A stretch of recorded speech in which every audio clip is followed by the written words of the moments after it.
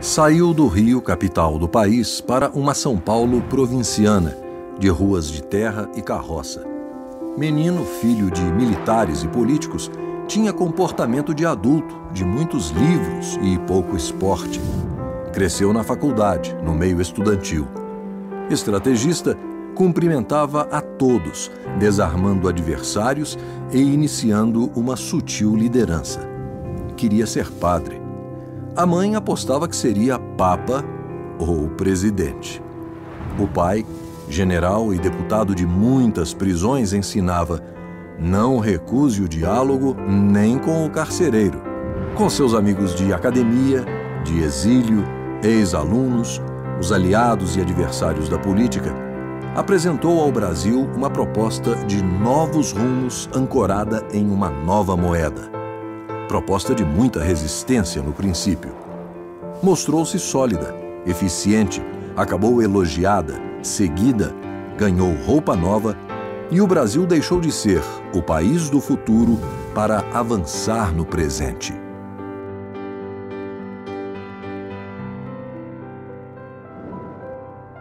Eu nasci em Botafogo. Aliás, a casa onde eu morei, que eu vivi, está em pé até hoje, na Rua Bambina, número 40. Foi tombada. E por causa... ninguém nem sabe que eu morei lá. Foi tombada por razões outras, por arquitetura, sei lá o quê.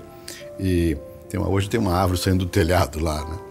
Aquele tempo no Rio, a gente fazia aula de educação física na praia. E subia o morro não tinha favela, né? Bem, mas o Rio já era o que é, Copacabana, aquela avenida bonita, não tinha tantos prédios, não tinha nada. Tinha um prédio grande de Copacabana Palace. Mas tudo era asfaltado, enfim, era uma cidade. São Paulo, não. Curiosamente, quando eu vim para São Paulo, nós ficamos num hotel aqui ao lado de onde nós estamos hoje. Que hoje é a sede da Votorantim, é o Esplanada, chamamos o hotel. Aqui esse miolinho é o que é hoje, mas só esse miolinho. Nós fomos morar num bairro chamado Perdizes, que não é muito longe daqui, e um bairro de classe média, mas as ruas não eram todas elas pavimentadas, havia muita terra. São Paulo tinha muito... O Pacaembu era quase tudo de rua de terra. E eu estudei num colégio chamado Perdizes também, na Avenida Água Branca. A Avenida Água Branca passava o bonde, o resto era terra. E havia ainda muita carroça na rua, puxada por burro, para cavalo, para trazer pão. Havia cabrita para vender leite. Então, São Paulo era muito chocante para quem chegava do Rio em 1940. Né? Quando eu nasci, só tinha uma estrada asfaltada do Rio de Janeiro, pavimentada do Brasil, que ligava o Rio e a Juiz de Fora. Em 1940 tinha duas, além daquela, essa aqui de São Paulo, a Via Anchieta, ligava São Paulo a Santos, mas nada, tudo era terra. Então, eu vi São Paulo se desenvolver do jeito que ficou durante a minha vida. É fantástico. Não sei quantos habitantes teria São Paulo, 1 milhão e pouco, naquela época. Hoje, sei lá, tem 15 milhões. Né? Mas eu passei a vida aqui, em São Paulo, e longe, portanto, da política, do poder, porque o poder estava no Rio. Vivia muito no meio universitário. Não era meu projeto ter...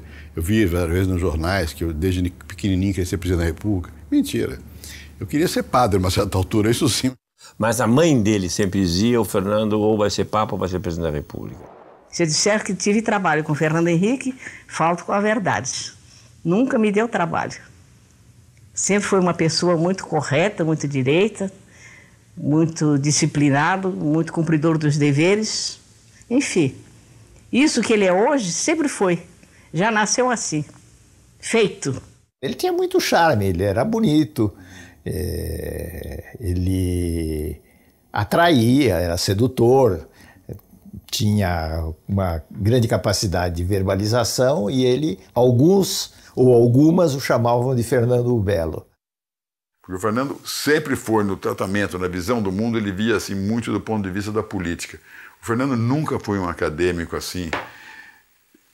Ele sempre teve... O Fernando foi do Partido Comunista, um curto período, entre os intelectuais, porque ele também não era de se envolver muito. Política não era uma coisa alheia à minha experiência pessoal, desde criança. O pessoal lá em casa discutia política o tempo todo. E, sobretudo, no tempo do Getúlio, né? E meu tio-avô foi ministro do Getúlio, da guerra, em 31, 32. Um outro primo foi ministro mais tarde, nos anos 50 também. Mesmo quando meu pai foi eleito deputado, foi nos anos 50, era o tempo do Juscelino, eu só fui à Câmara, que eu me lembro, 1 ou 2 vezes, eu não ia lá ao Rio. Eu ficava estudando na universidade, eu não tinha como perspectiva uma vida que não fosse acadêmica, né? Ao contrário. E aqui em São Paulo, as pessoas nem sabiam que eu tinha essas relações de família, que tinha uma ligação com o governo, com o poder. E, na verdade, o que eu queria ser era professor universitário, publicar livros, coisas que eu fiz, não é? E não tinha essa ideia de fazer uma carreira política, não. Eu dizia para ele, brincando até, Fernando, você, como político, é como o besouro, que não, pelas leis aerodinâmicas não poderia voar, mas voou. Você, por toda a lógica do jogo político populista, você não poderia ser presidente da República, mas foi. Realmente... E as 2 vezes no primeiro turno.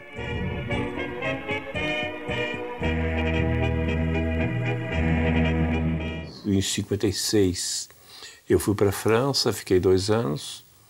Na volta, aí já havia o hábito das pessoas irem aos sábados, se possível, à casa do Fernando Henrique, lá no Brooklyn.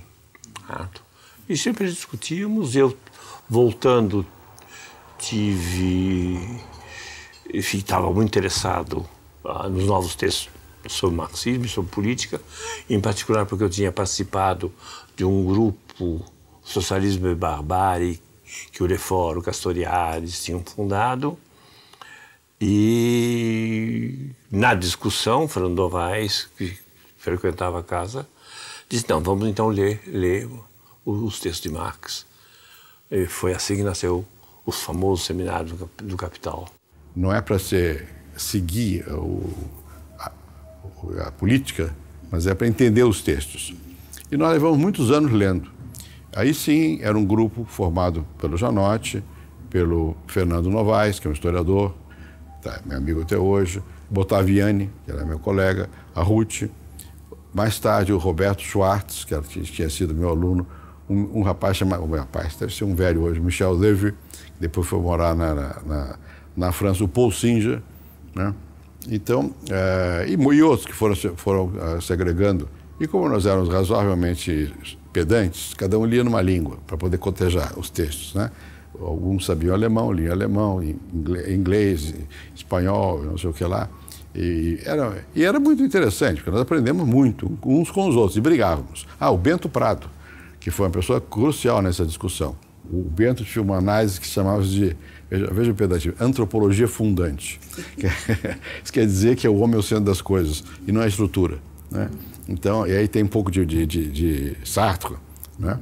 Um pouco de existencialismo. Enfim, era uma miscelânea muito grande.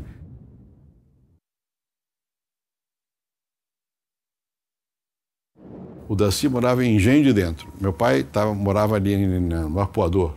Então o Daci vinha à praia, ia lá para casa dos meus pais, nós íamos para a praia, né? Bom, e o Daci, quando virou importante, porque ele virou chefe da Casa Civil do Jango, né? Fez negócio de Brasília, a Universidade de Brasília, e ele quis levar o Grupo São Paulo todo para Brasília. E brigou conosco, porque ele queria levar o grupo da Sociologia de São Paulo para lá, nós não quisemos ir. Mas o Daci foi meu amigo a vida inteira. Bom, e o Daci tinha essa ligação com o Jânio, com o Jango, né? E nós acompanhando aquela confusão toda, mas ainda um pouco de longe. Na verdade, nós éramos mais observadores do que participantes. E nós éramos marxólogos, quer dizer, conhecíamos os textos do Marx. E no dia 13 de março de 64, que foi o famoso comício que o Jango fez na Central do Brasil, eu estava no Rio, na casa do meu pai. E eu saí para pegar o trem lá na estação do Rio para vir para São Paulo. Bom, e aí eu vi o comício. Bom, passei pelo comício e fui para a Cidade de Ferro, tomei o trem para vir para cá. E nesse trem vieram José Gregóri, que depois foi meu ministro da Justiça, o Plínio da Ruda Sampaio, que hoje era do PSOL, que foi meu colega de curso primário aqui no Colégio Perdizes aqui. Bom, e nós viemos no trem e estávamos conversando. E havia discussão, vem golpe aí, não vem golpe aí. Bom, e a gente achava que não sabia de que lado vinha o golpe. Nós próprios tínhamos dúvidas, se é o Jango que vai dar o golpe, é outro que vai dar golpe, né? E uns achavam que se fosse o Jango, nós íamos ser perseguidos, outros o contrário. Bom, poucas semanas depois veio o golpe, não era Jango coisa nenhuma, era o golpe dos militares, e nós fomos perseguidos, digamos, sem uma razão objetiva. Quer dizer, no meu caso, de muitos outros mais, né? O que tinha é que eu tinha uma influência grande na universidade. Eu, nessa altura, eu tinha sido eleito para o Conselho Universitário da USP, e até foi o Delfim Neto, que foi meu suplente na primeira campanha, e ganhamos da direita, da direita acadêmica. Nós queríamos reformas, queríamos pesquisa, queríamos modernização. Éramos perseguidos como perigosos agitadores. Caminhando e cantando, seguindo a canção, somos todos iguais, braços dados ou não, nas escolas, nas ruas.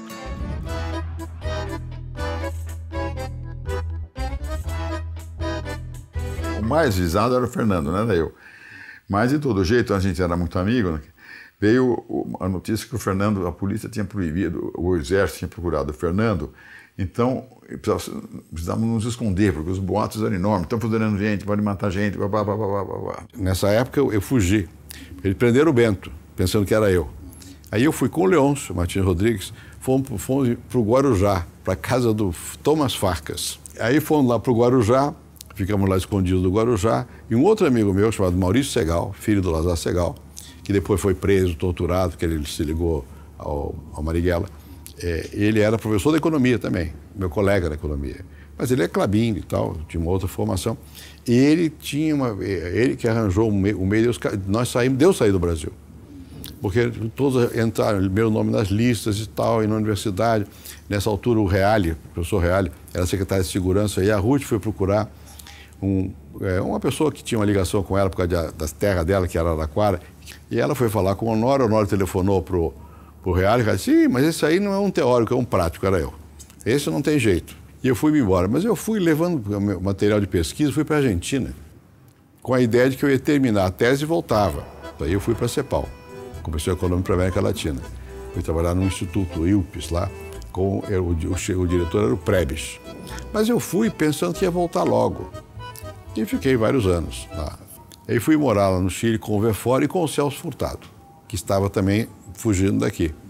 Então passamos uns meses, eu, o Celso e o Verfort, e um outro amigo chamado Wilson Cantoni, que era professor também aqui de São Paulo, que morreu também, e nós alugamos uma casa e ficamos morando uns meses lá, até que chegassem as famílias. E o Celso não ficou lá, ficou uns meses e foi para Yale, para ser professor lá em Yale. E eu fiquei aí no Chile 4 anos. A vida nossa no Chile foi uma vida muito agradável. O Chile é, para mim, eu digo sempre, o meu segundo país. Quer dizer, eu tenho uma relação com o Chile, evidentemente não é a mesma que eu tenho com o Brasil, mas eu tenho uma relação afetiva muito grande. Nós temos excelentes amigos, nós tivemos uma acolhida fantástica, meus filhos também viveram muito bem lá, etc.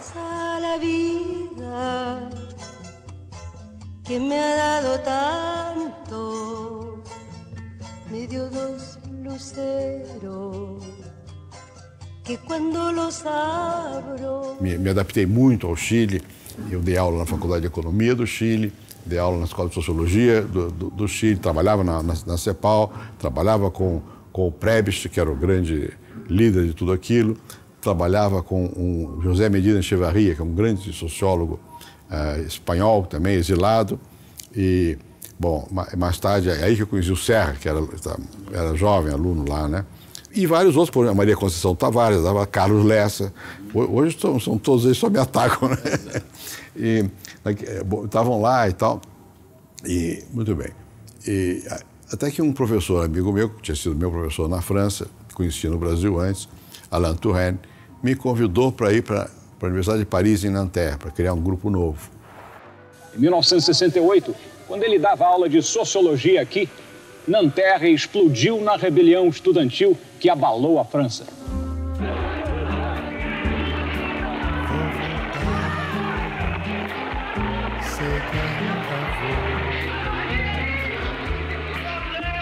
Os estudantes tomaram as ruas de Paris e confrontaram a polícia durante vários dias.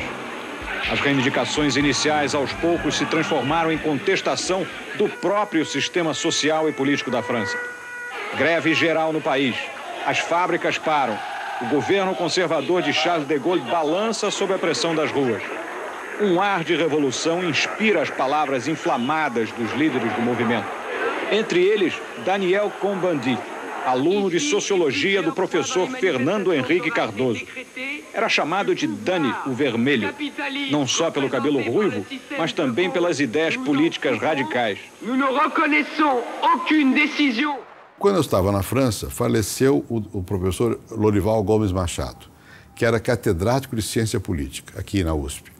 Naquela época era cátedra. Eu estava em Paris dando aula, e aí o Florestan me mandou uma carta. Tal coisa tem uma chance. Teve uma competição, o Sérgio Buarque de Holanda presidiu o júri. Mal eu ganhei a cátedra, o que acontece? Vem o AI-5. O AI-5 que foi em dezembro de 68. Eu tinha um Volkswagen azul. No tempo Volkswagen era o que se tinha, né? Bem, e eu me lembro muito bem que eu estava indo da minha casa, do Morumbi, para a universidade, quando eu ouvi no rádio a cassação do Florestan Fernandes. Digo, bom, vem questão de horas e lá vou eu também. E dito e feito, no dia seguinte lá fui eu. Eu, Ian e tal, nós todos fomos cassados. Cercaram a universidade e prenderam todos nós, mas eu fugi. Fiquei lá em casa esperando o que ia acontecer, fui aposentado, perdi os direitos, aquela história toda.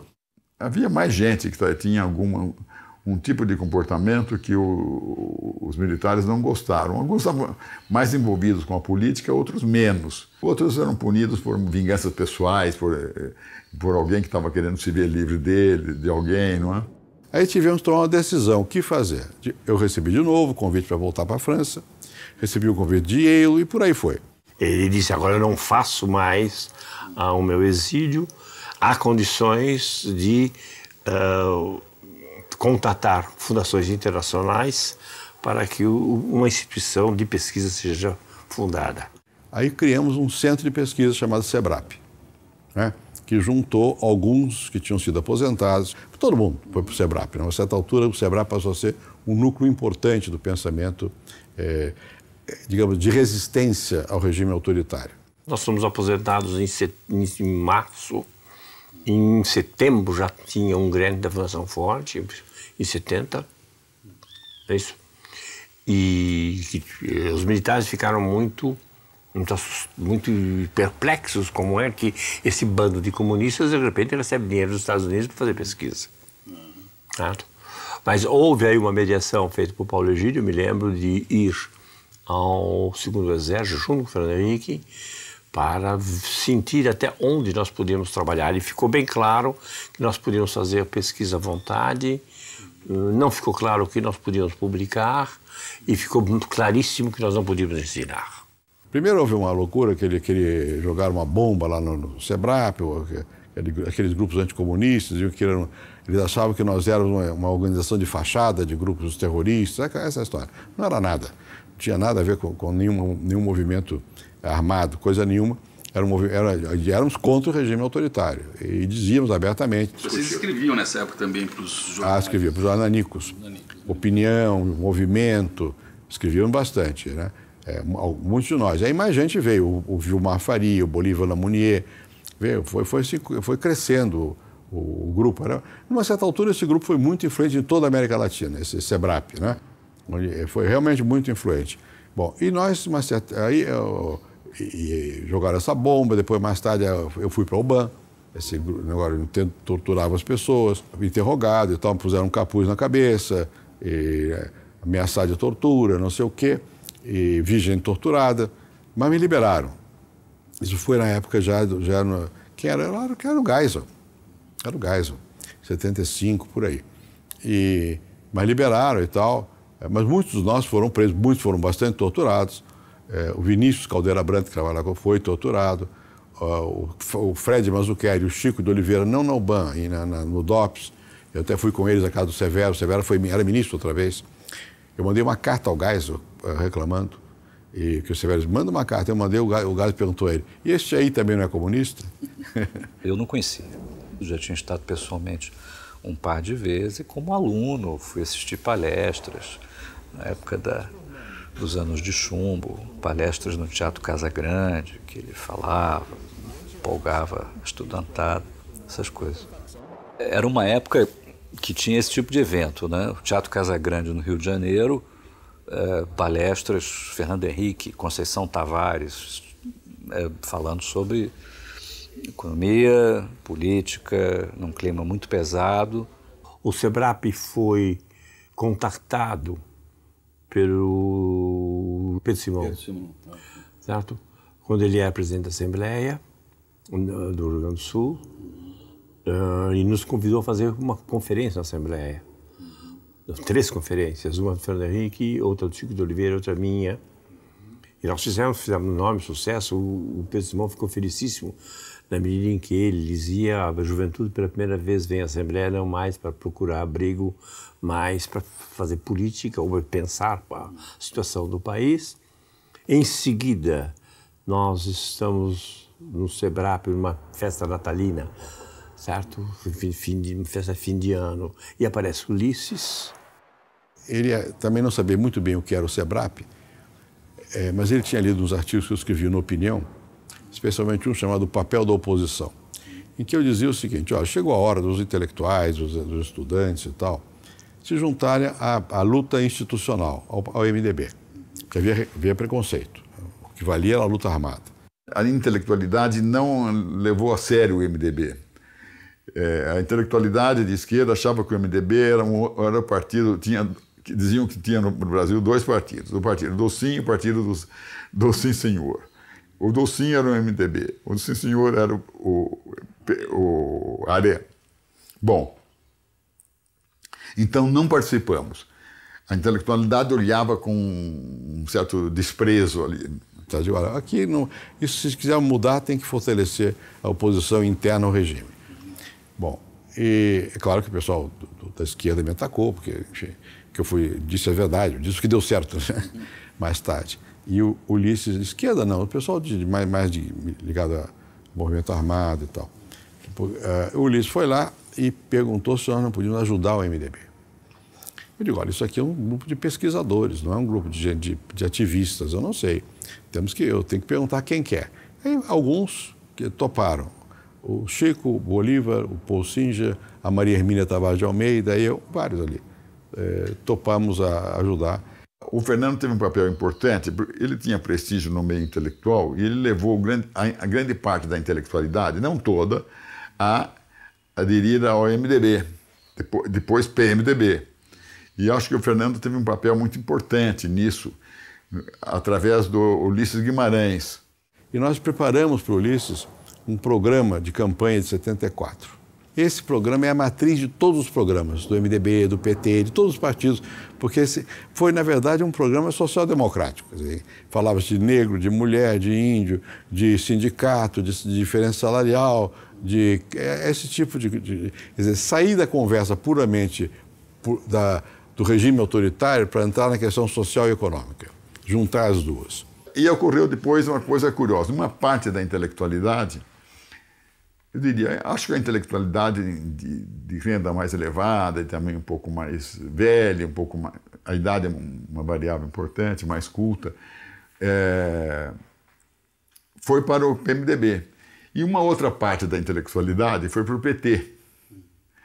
Bem, o Partidão estava dentro do MDB nesse período. E o pessoal que foi para o PT foi uma intelectualidade ex-trotskistas ou trotskistas, que formaram grupos dentro do PT, os sindicalistas, parte da igreja. Foram os católicos da comunidade de base, o Frei Beto representa isso, foram os da luta armada que voltaram, ou trotskistas e tal, e os sindicalistas.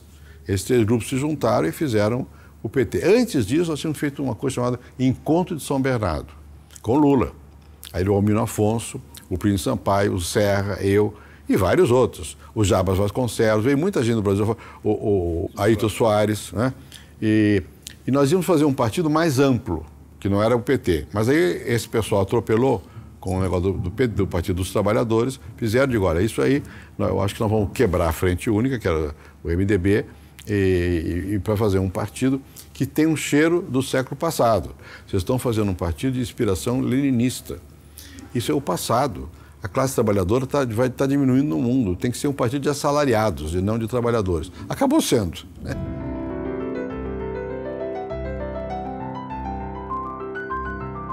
Quando chegou em 77, o Ulisses, de novo, Guimarães, com quem eu tive muita relação, muita admiração por ele, ele foi lá para me convencer que eu podia ser candidato ao Senado.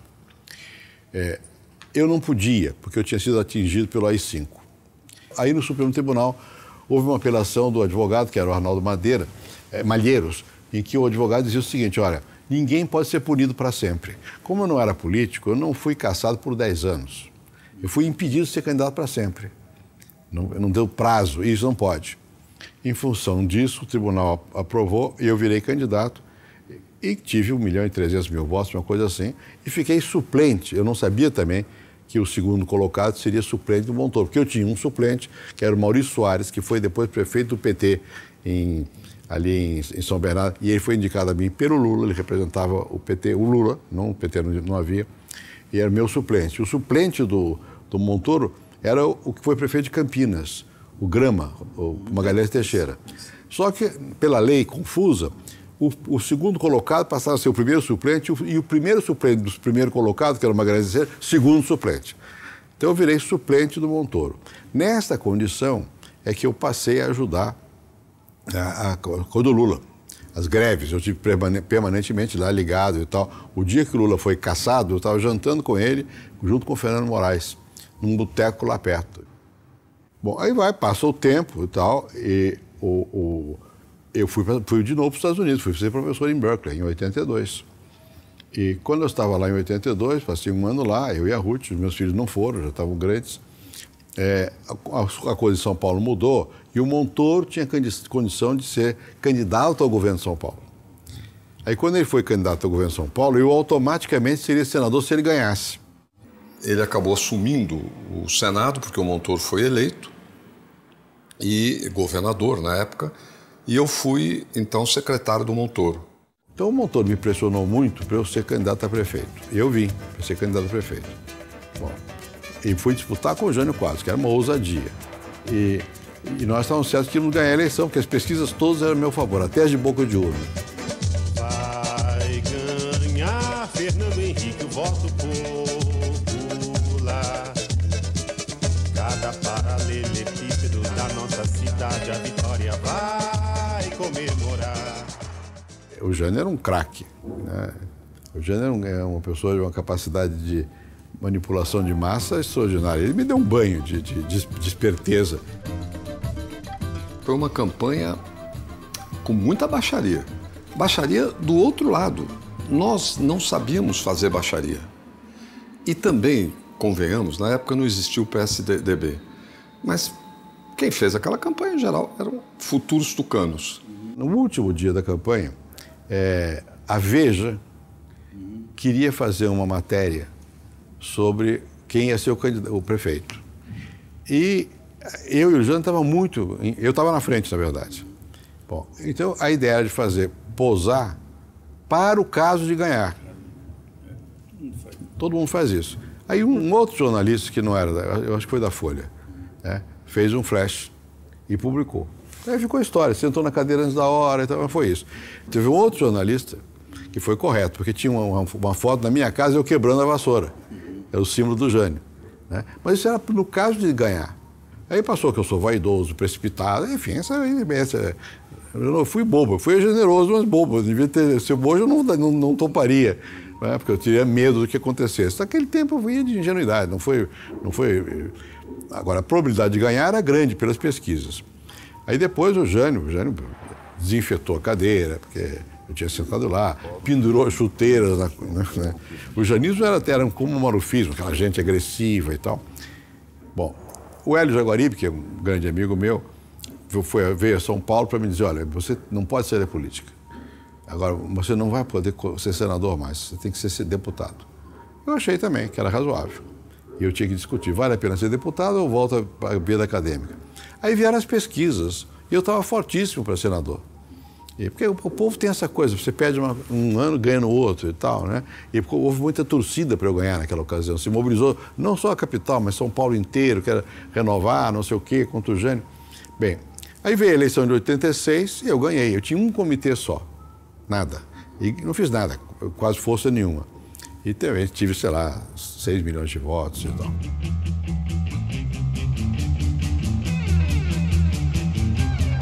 Foi em 1987, chegava no Congresso Nacional um arrogante advogado do interior do Rio Grande do Sul. Arrogante por insegurança, não por ignorância, por insegurança. E Fernando soube me ajudar, me levar para ser seu amanuense, uma linguagem muito antiga que talvez alguns não saibam o que significa, mas um escrivinhador das decisões e da tentativa da elaboração de um processo constituinte em cima de uma dificuldade política imensa criada pela morte do presidente Tancredo Neves.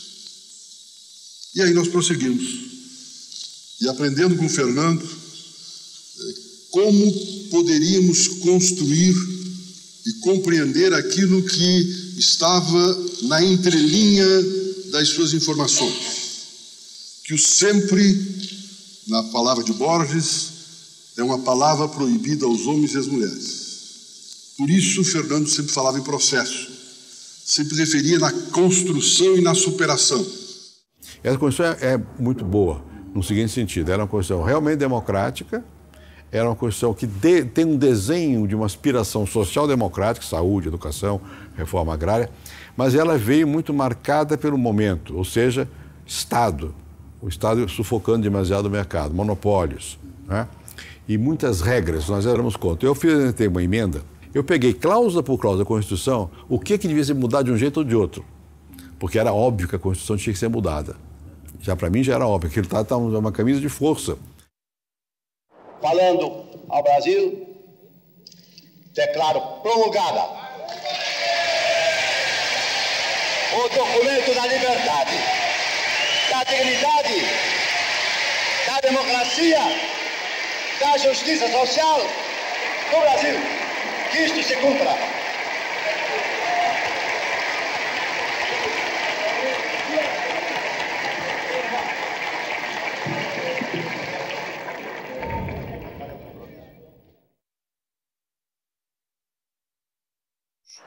Foram basicamente 7 fundadores, o senhor diria principais, que tomaram mais a iniciativa num primeiro momento, que foi o próprio Fernando Henrique, o Covas, o José Richa, o Pimenta da Veiga, o Paulo Alberto,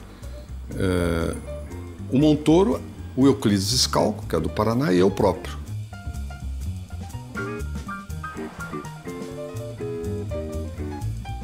E fizemos o PSDB. E o Mário foi candidato a presidente da República. Foi candidato a presidente da República, nós tinha alguma chance de ganhar. Fez um discurso chamado Choque de Capitalismo, para o qual o Serra e eu tínhamos uma colaboração bastante forte. E o Mário falou muito bem e ele sabe fazer, sabia fazer.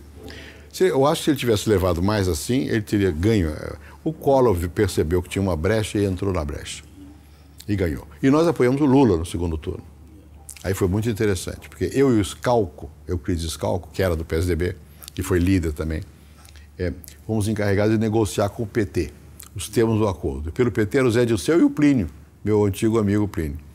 Bom, era impossível, porque eles tinham 13 pontos. Eu digo, vocês estão pensando que estão fazendo uma revolução, uma eleição. O programa que está aqui é inviável, porque é uma reforma agrária onde o governo não entra. Os jornais vão ser dirigidos por um comitê de redatores, os proprietários vão desaparecer.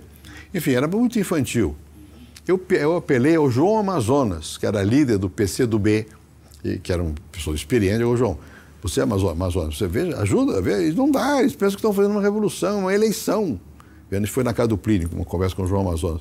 Mas não houve jeito. Então nós resolvemos apoiar o Lula e não nos comprometermos com o programa. Mas isso era ilusório. Eu achava que o Lula ia ganhar. Eu digo, meu Deus, eu vou assistir de novo, porque eu já vi várias vezes. Eu vi o Jango, eu vi o Ilha na Argentina, eu vi o Allende no Chile. Nós vamos fazer a mesma coisa, vamos ganhar. E o PSDB não vai poder sair do governo e nós vamos nos arrebentar. Porque bom, mas perdemos. Aí veio o Collor.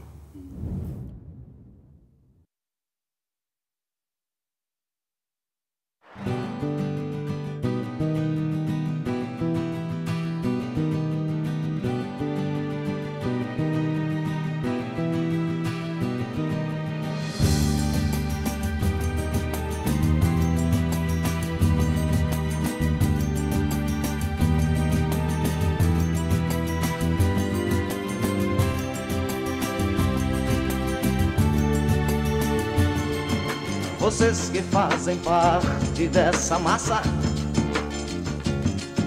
que passa nos projetos do futuro. É duro tanto ter que caminhar. Nós estávamos de um lado, o Collor do outro. O Collor tentou várias vezes a composição. Há uma versão equivocada de que foi o Covas que não aceitou, não é verdade. Nem eu, nem o Tasso quisemos a composição.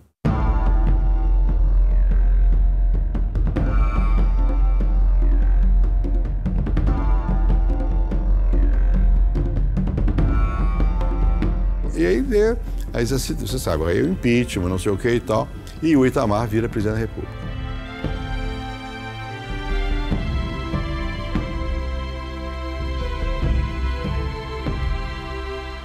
Ora, o Itamar era meu amigo, colega de bancada.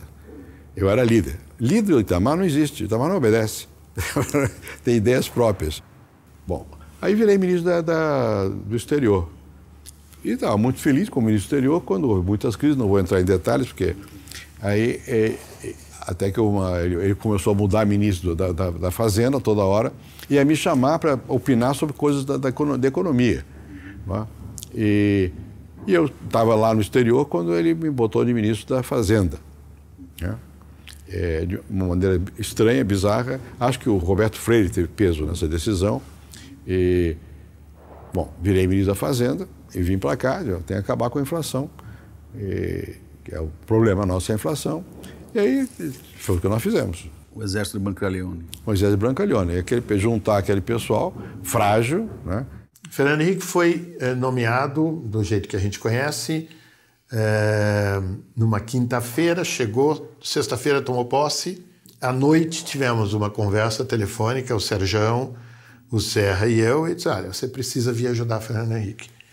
Imagina, cara, eu estou muito bem na Villares, um belíssimo salário, trabalho, gosto do que faço, eu não tenho a menor intenção de ir para Brasília. Mas, cara, você sabe que Fernando Henrique tá certo, é um sociólogo, um diplomata, etc. A administração não é a coisa dele, precisa de um executivo. E a minha experiência, efetivamente, tinha sido, ou vinha sendo construído na direção do executivo. Bom, o fato é que eu consegui o alvará da minha mulher para ir para Brasília, usando o seguinte argumento: nenhum ministro da Fazenda, dos 3 que o Itamar tinha tido, ficou lá mais do que 4 meses. Então vamos dar 50% a mais, você me dá um alvará de 6 meses, eu não fico mais do que 6 meses em Brasília, tá certo? Em cima, obviamente, do jeitão Itamar de governar. E acabamos ficando 8 anos. Um certo sábado, recebi um telefonema de Washington. Estavam na linha, se revezaram na linha, ou eu falei em 2 ocasiões, já não me lembro mais, o Pedro Malan e o Armínio, que estavam com Fernando Henrique nos Estados Unidos. E vieram lá as cogitações de nomes e tal, e ele disparou vários telefonemas. Os economistas que receberam esses telefonemas, e que afinal foram os primeiros 3, foram eu, o Winston Fritz e o Edmar Baixa. 3 professores da PUC e foi o começo. Ele trouxe também na mesma ocasião o Clóvis Carvalho, e ele trazia do Ministério de Relações Exteriores, onde ele estava, uma opção de assessores, jovens diplomatas e tal, que trabalhavam com ele lá. Essa foi a equipe. Isso não era nem um exército Brancaleone, era um pelotão, quando muito. E foi desenvolvido no dia 15 de junho de 93, ou seja, 3 semanas depois de tomar posse, o Fernando Henrique apresentou ao Itamar Franco, isso foi para a televisão, etc. e tal, o plano de ação imediata. Por que eu acho que ele tem importante? Porque ele tem aqui, primeiro, tem um diagnóstico básico da situação e nós estamos falando da Fazenda. Portanto, o nosso enfrentamento básico era o nível de inflação, a instabilidade econômica, né? E, do outro lado, qual é o rumo que nós vamos fazer? E o meu papel foi político. Primeiro segurar o governo, depois o país. Explicar que a coisa vai, não sei o quê. Falava todo dia, rádio, televisão.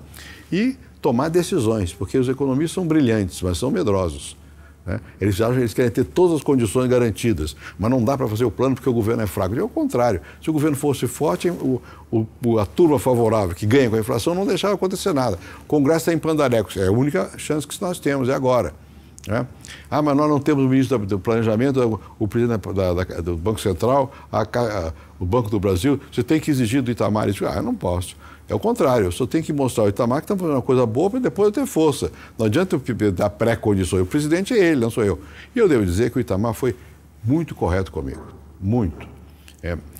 Às vezes a intriga, não, ao contrário, o Itamar foi muito correto, me deu uma força enorme. No contexto das nações de hoje, tá certo? Nós estamos juntos com o Zaire, a Ucrânia e a Rússia. No entanto, dizia, a economia privada, ela vai bem. O privado se deu conta da necessidade. O Collor já tinha forçado isso, a olhar a competitividade com a abertura do mercado, forçou a economia real, a economia privada, a olhar as suas condições. Então, o que a gente dizia assim, a economia brasileira está sadia, mas o governo está enfermo. A desordem financeira e administrativa do setor público é que é a causa fundamental da doença inflacionária. Ou seja, o governo é sócio da inflação. O governo precisa da inflação para fechar suas contas. E finalmente foram abertas as portas dos supermercados. E vejam só a correria. Todo mundo correndo para pegar 1 litro de leite.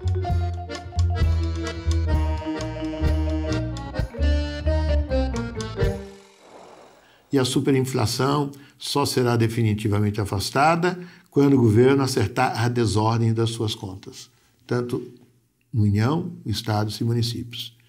Isso só vai se acertar se as forças políticas decidirem caminhar com firmeza nessa direção. Ou seja, a decisão política essencial é pôr em ordem as contas do governo. Olha, um problema que tem no Brasil hoje para estabilizar é o mesmo problema que tem a Elizabeth Taylor. Toda vez que ela casa, todo mundo torce para dar certo, mas tem um certo ceticismo. Então, o 9º casamento da Elizabeth Taylor, todo mundo sabe que não vai dar certo, né? Mas todo mundo torce para que dê. A estabilização no Brasil era um assunto parecido. Em 7 de dezembro foi dado a público o plano de voo, que era uma exposição de motivos que dizia como ia ser e contava tudo. Já antecipava as medidas, vamos dizer, fiscais, o fundo social de emergência e todas as demais ações. A conversão de todos os contratos na URV, que foi se dar lá em fevereiro, e depois a transformação em moeda, né? Em moeda de conta, pegando o meio de troca, que foi a última característica do real colocado em público. Eu chamei o Lula com o Zé Dirceu lá em casa, olha, vou fazer esse plano, vocês me apoiam. Eles não quiseram. Chamei todos eles, não quiseram. Achavam que era... tinham medo do que ia acontecer, que ganhando o plano, eles tinham chance, né? E também talvez não acreditassem, também achavam que era, sei lá, fraude eleitoral. Não era, nós estávamos trabalhando seriamente. Não, nós queríamos que o Brito fosse candidato, Antônio Brito, porque o Brito estava muito bem na opinião pública e porque o Itamar gostava dele. Eu só topei ser candidato porque eu digo, olha, se o Itamar não tiver quem apoiar, acabou o plano, não adianta ser ministro da Fazenda, né? Porque vem outro, né? Então, vamos tentar. O Lula, nessa época, todas as sondagens já davam Lula lá em cima, etc. Nem se falava em Fernando Henrique, não aparecia. E esse plano real não se sustenta depois da campanha, porque o pessoal que está junto com o Fernando Henrique Cardoso não quer estabilidade nesse país, até porque são eles Foram eles que criaram todos os planos e foram eles que derrotaram todos os planos. Quando eu saí para ser candidato, o Lula tinha 40 e eu tinha 12. Né? A chance não era, assim, não era clara. Né? E houve muita hesitação depois que eu saí. Foi o recuo, que ajudou muito. Eu só percebi que eu ia ganhar realmente foi em julho, quando o real mudou, a moeda, e a população percebeu que a moeda era estável. Né? Aí eu vi na Bahia, numa reunião, de vou ganhar, porque eu tinha todo mundo e tal. Em setembro eu passei à frente do Lula e ganhei no primeiro turno.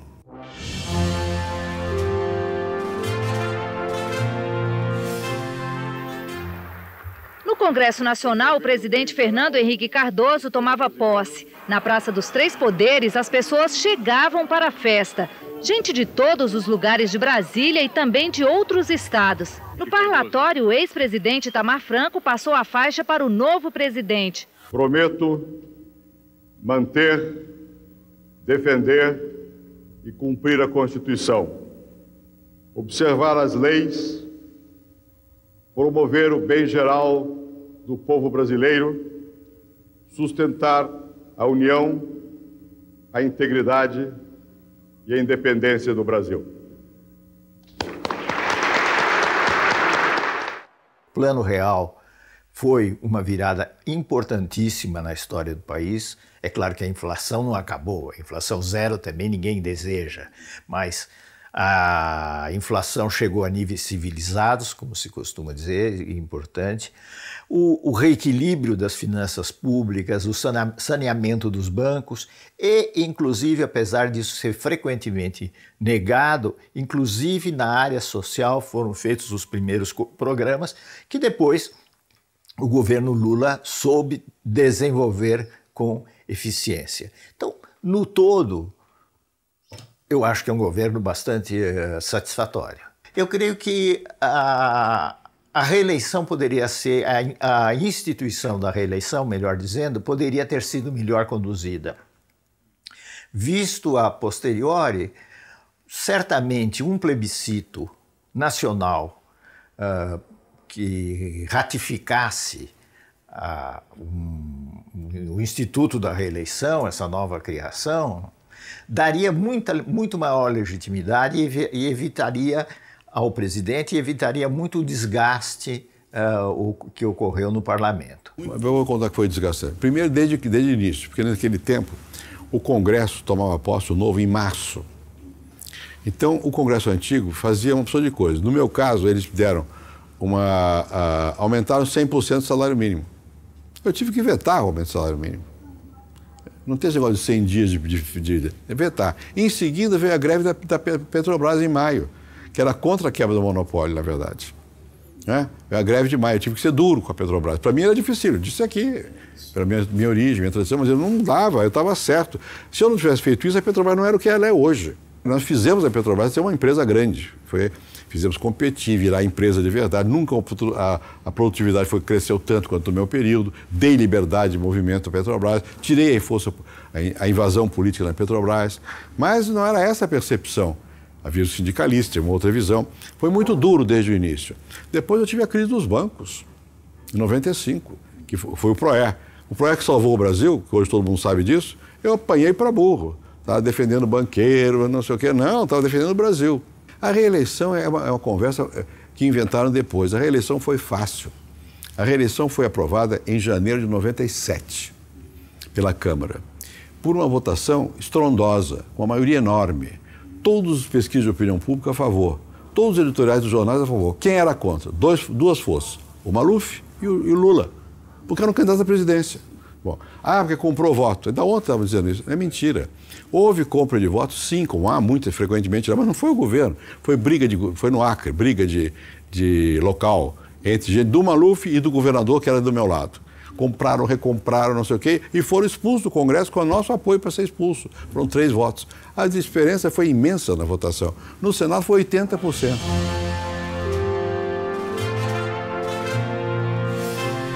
Esse ano sentido de uma solenidade limpa, clean, como se diz hoje,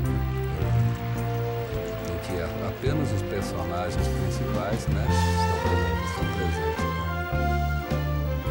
Saudade.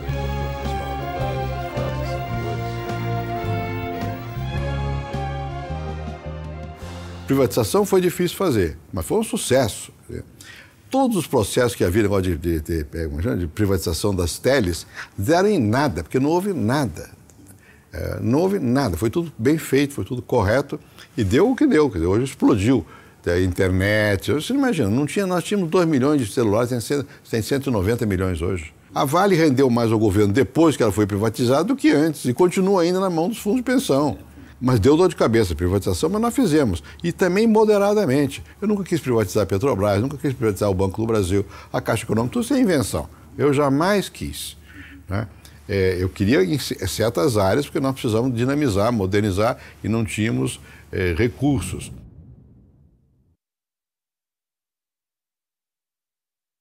É uma festa fantástica. Olha lá, as pessoas dentro d'água, brincando dentro d'água. E já está o presidente Fernando Henrique Cardoso com a faixa presidencial. Vamos aí a reuniões da Força Aérea Brasileira, com a demonstração. A Esquadrilha da Fumaça, a famosa Esquadrilha da Fumaça.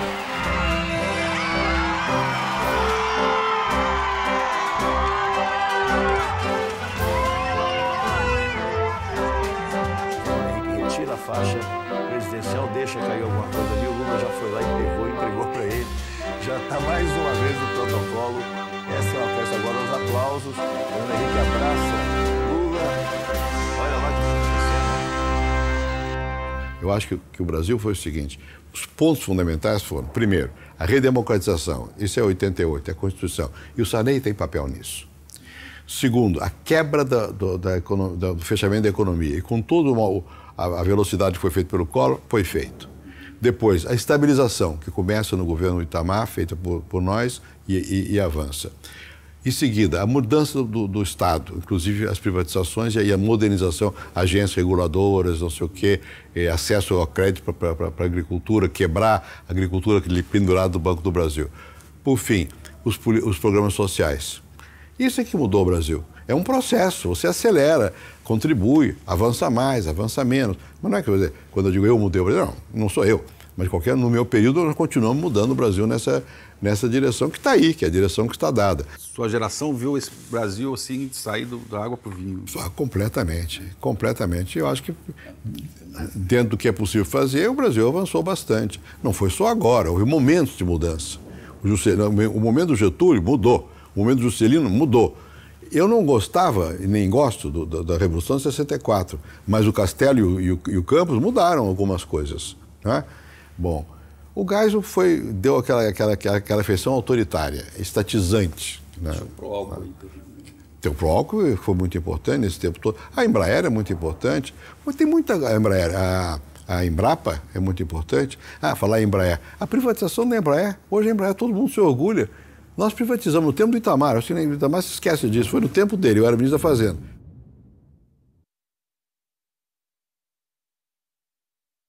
E você, Fernando, soube realmente fazer a construção do processo político de tolerância, de compreensão e de criação.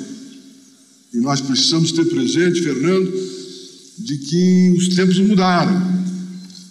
E o que se percebe muito, muito claramente é que o velho Nelson Rodrigues tinha razão, embora na época nós os odiássemos, em que ele dizia que no seu tempo, naquele tempo, no seu tempo de Pernambuco, antes, os idiotas chegavam devagar, ficavam quietos. Depois de anos para cá, Fernando, os idiotas, diria Nelson Rodrigues, perderam a modéstia. E, portanto, nós temos que ter a compreensão e a tolerância também com os idiotas. Eu nunca imaginei, apesar do que dizem por aí, que eu ia ser presidente do Brasil. Uma vez, fui duas. Nunca imaginei. Então, não me custa mais não disputar. Não ver no outro, senão um potencial de amizade. E agora, também confesso, eu fiquei muito feliz com a carta que o presidente da República me mandou através do Nelson Jobim. Porque eu senti nesse gesto, não